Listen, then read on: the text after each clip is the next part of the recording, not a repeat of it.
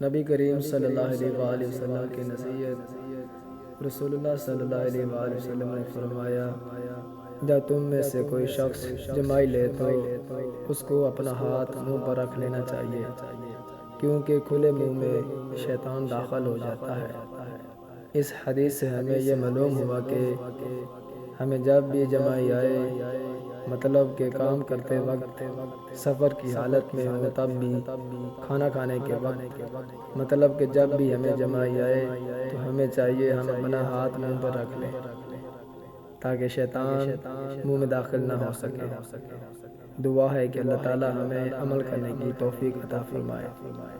اگر آپ اس چینل خالد سونا اسلامک اسٹوڈیو پہ نیو ہیں تو پلیز چینل کو سبسکرائب کر دیں اور اپنی طرح پیارا سا خوبصورت بیوٹیفل ایک کمنٹ بھی کر دیں تاکہ ہر آنے والی نیو اسلامک ویڈیوز اور اپڈیٹس آپ تک بآسانی آ سکے۔